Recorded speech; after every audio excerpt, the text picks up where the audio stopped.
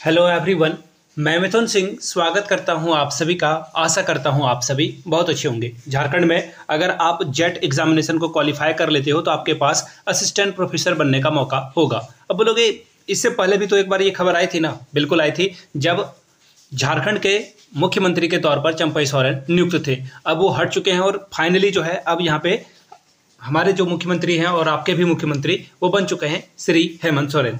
अब हेमंत सोरेन ने देखो एक्चुअली क्या है, पॉलिटिक्स को समझना बड़ा ही डिफिकल्ट काम है। एक्चुअली हुआ क्या था कि चंपई सोरेन जो है पीजीटी वाले पोस्ट के लिए जो है ये नियुक्ति पत्र बांटने वाले थे। ये कार्यक्रम को रद्द कर दिया जाता है और ये कार्यक्रम में शरीक होते हैं कौन? हेमंत सोरेन। तो उसी तरह से जेट एग्जामिनेशन को भी कंडक्ट कराने का काम कौन करने वाले थे? चंपई सोरेन के समय में ही होने वाला था, लेकिन ये हुआ नहीं और फाइनली अब जो है इस पर अपडेट आई है। इसके बारे में हम लोग बात करेंगे और आगे बढ़े उससे पहले आप लोगों से रिक्वेस्ट है, प्लीज़ टेलीग्राम चैनल पर हमारे साथ कनेक्ट रहें। जब भी सिलेबस या फिर कोई और भी खबर आती है रिगार्डिंग झारखंड एलिजिबिलिटी टेस्ट को लेकर, वहाँ पे आपको सारी जानकारी मिल जाएगी। आपको लग रहा होगा कि कहीं ये जेटेट की तरह तो नहीं है। बिल्कुल नहीं, जेटेट अलग है, यानी वो है झारखंड टीचर एलिजिबिलिटी टेस्ट और ये है झारखंड एलिजिबिलिटी टेस्ट। दोनों में डिफरेंस है, समझ गए आप? देखिए ये एक्चुअली क्या है ना कि आप नेट के तर्ज पर जेट बनाया गया है। हर राज्य में अलग। ऐसे देखो अभी आप बिहार में भी जो है बेट एग्जामिनेशन की बात की जा रही है, बिहार एलिजिबिलिटी टेस्ट की। वहाँ पे भी जो है इस एग्जामिनेशन को क्वालिफाई करने के बाद आप असिस्टेंट प्रोफेसर के लिए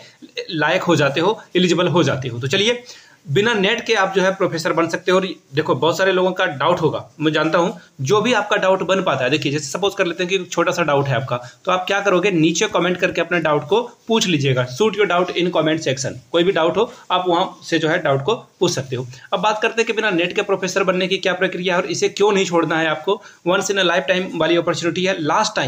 लास्ट टाइम दोस्तों ये 2006 में जो है जेट की परीक्षा हुई थी और उस समय शायद मुझे पता है कि सीबीआई इंक्वायरी वगैरह भी हुई थी। बहुत सारी धांधली भी जो है यहाँ पे देखने को मिला था। लोगों ने पैसे देकर पेपर ही खरीद लिया था, तो वो सब बातें हुई थी। तो खैर अभी उन चीज़ों को लेंगे नहीं। अब यहाँ देखिए आज के न्यूज़पेपर की जो हेडलाइन है वो आपके साथ में साझा करता हूँ। अब यहाँ से देख लीजिए एक एक करके सारी चीज़ों को मैं थोड़ा सा जूम इन कर देता हूँ ताकि आप अच्छे से चीज़ों को समझ पाएँ।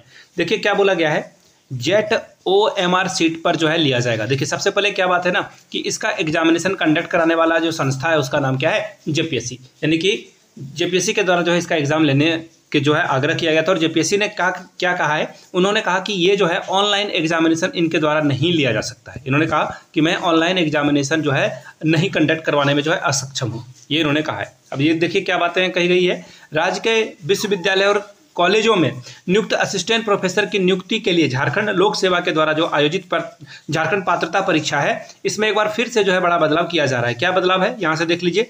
जेएसएससी के आग्रह पर, देखिए जेएसएससी संस्था है, उन्होंने कहा है कि आपको क्या करना होगा, अब जो है कंप्यूटर यानी कि सीबीटी कंप्यूटर टेस्ट मोड की जगह जो है आप इसे ऑफलाइन यानी कि OMR पर जो है इसका एग्जाम कंडक्ट करवाइए।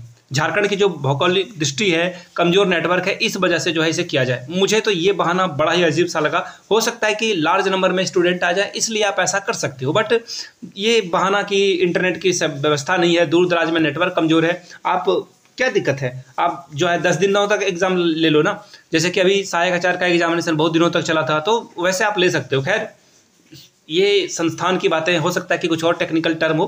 खैर जो बातें यहाँ पे बताई गई वो मैं आपके साथ साझा कर रहा हूँ। अब देखिए उम्र सीमा की जो है बाध्यता को समाप्त किया जा रहा है। यानी कि आप अगर 68 साल के हो तो भी आप जो है ये एग्जाम में, जेट के एग्जाम में जो है क्वालिफाई कर सकते हो। अगर आप 47 साल के हो तो भी कर सकते हो। आप अगर 25 के हो तो भी आप अप्लाई कर सकते हो और 95 के हो तो भी अप्लाई कर सकते हो। इवन 100 साल के भी हो चुके तो भी आप अप्लाई कर सकते हो। यानी कि उम्र सीमा को यहाँ पे खत्म कर दिया गया है। अब आगे देखिए कुछ और खबर है, यहाँ से मैं आपको बता देता हूँ। देखिए 2 बड़े बदलाव की जो है इन्होंने बात कही थी। देखिए अब राज्य में जो है 2404 असिस्टेंट प्रोफेसर की नियुक्तियां की जानी है यहाँ पे, ये याद रखिएगा, ये पहली बात है। और उम्र सीमा के मामले में वर्तमान के नियमावली का उल्लेख किया गया है और इनको जो है कहा गया था कि 21 से कम जो है उम्र सीमा नहीं होनी चाहिए और अधिकतम के बारे में कहा गया कि इस सीमा को, बाध्यता को खत्म कर देना चाहिए। अब अगर मैं बात करूं आपके सब्जेक्ट की, देखिए जेट में आप किस सब्जेक्ट से जो है एग्जामिनेशन देने वाले हो, तो नीचे जेट और बगल में आप लिख दोगे सब्जेक्ट। जैसे मान लेते हैं आपका मैथ सब्जेक्ट हो सकता है, आपका हो सकता है हिस्ट्री हो, आपका हो सकता है कि पॉलिटी हो सकता है कि आपका हिंदी हो।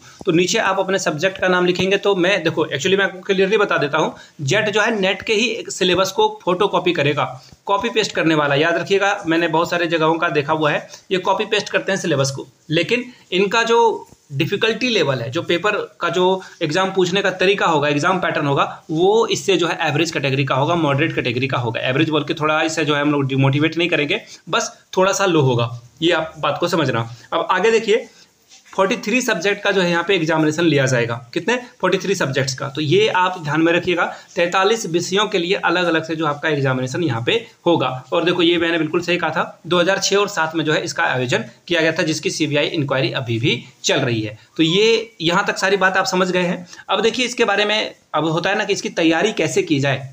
इसकी तैयारी करने का सीधा सीधा तरीका है, आप चले जाइए नेट की वेबसाइट पे। वेट अ मिनट, मैं आपको दिखा देता हूँ, वहाँ से जा सकते हो तो ठीक है, अदरवाइज आप हमारे टेलीग्राम पे जुड़ जाइए ना।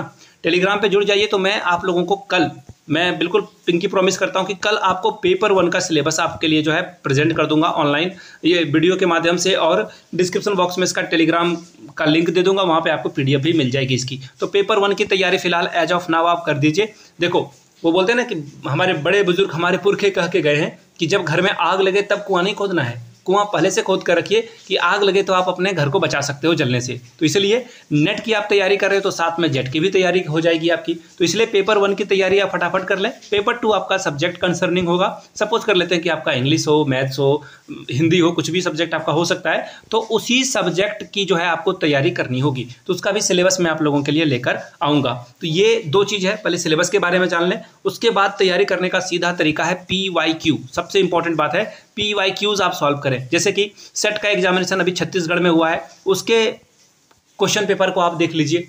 इसके अलावा और भी 10 तरह के एग्जामिनेशन होते हैं। राजस्थान में एग्जाम हुआ है, अभी यूपी में एग्जाम हुआ है, और भी अलग अलग स्टेट में हमेशा जो है सेट का एग्जामिनेशन होता है।